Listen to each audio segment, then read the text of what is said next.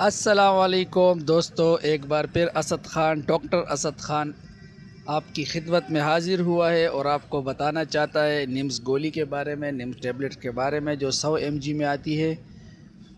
اس میں مختلف جو ہے نا برینڈ نیم کے نام سے آتی ہے۔ برینڈ نیم اس کے مختلف ہو سکتے ہیں، کچھ بھی ہو سکتے ہیں، جیسے نیموزل، نیمز، نائس، اور اس کے علاوہ بہت ساری آتی ہے۔ میں پہلے آپ کو اس کو مختصر سا تعارف کرواتا ہوں۔ یہ جو ہے ایک پین کلر اور درد کم کرنے والی ایک گولی ہے جو انسیٹ کے گروپ سے تعلق رکھتی ہے۔ اس کا جنرک نیم ہے نیمسولائٹ۔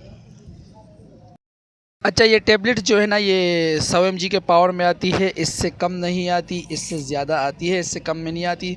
یہ زیادہ تر کون سے دردوں میں کام کرتی ہے میں آپ کو بتاؤں تو سر درد میں بہترین کام کرتی ہے، بہت اچھا ریزلٹس ہے، میں اس کا فیڈ بیک بھی لے چکا ہوں۔ یہ بہت بہترین کام کرتی ہے۔ دانت کے درد میں اچھا کام کرتی ہے، جوڑوں کے درد میں بھی، جوائنٹ پین جو ہوتا ہے اس میں بھی اچھا کام کرتی ہے۔ ماہواری جو ہوتی ہے فیمیل کے لیے اس میں بھی اچھا بہترین کام کرتی ہے۔ باقی یہ کہ بخار میں ہلکا پھلکا کام کرتی ہے، زیادہ اچھا کام نہیں کرتی۔ کمر درد میں بھی یہ بہترین کام کرتی ہے۔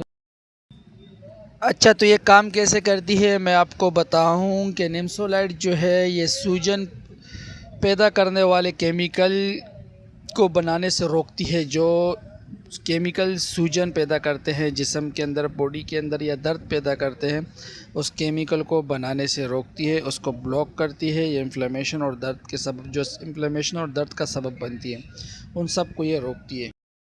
اچھا، تو یہ آپ کتنے مقدار میں لے سکتے ہیں؟ یہ آپ بالکل، میں آپ کو بتاتا چلوں کہ یہ 100 mg کی آتی ہے، دن میں آپ ایک دفعہ یا 2 دفعہ استعمال کر سکتے ہیں۔ بہتر تو یہی کہ ایک ہی دفعہ استعمال کریں، لیکن زیادہ ضرورت ہو تو 2 دفعہ بھی استعمال کر سکتے ہیں۔ اس سے زیادہ استعمال کرنا بہتر نہیں ہے۔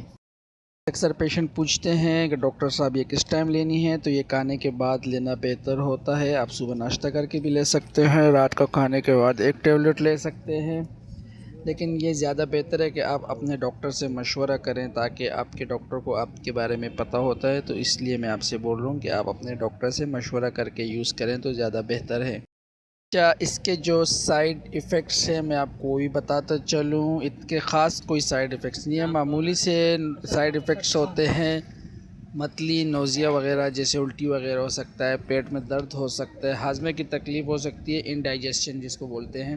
باقی اس کے کوئی خاص سائیڈ ایفیکٹس نہیں ہیں۔ اچھا، یہ زیادہ دن یا بہت زیادہ استعمال کرنے سے جو ہے نا آپ کی جگر کو ڈیمیج کر سکتا ہے، اس کو نقصان دے سکتا ہے۔ اچھا، آپ کے اسکن الرجی ہو سکتی ہے بہت زیادہ استعمال کرنے سے۔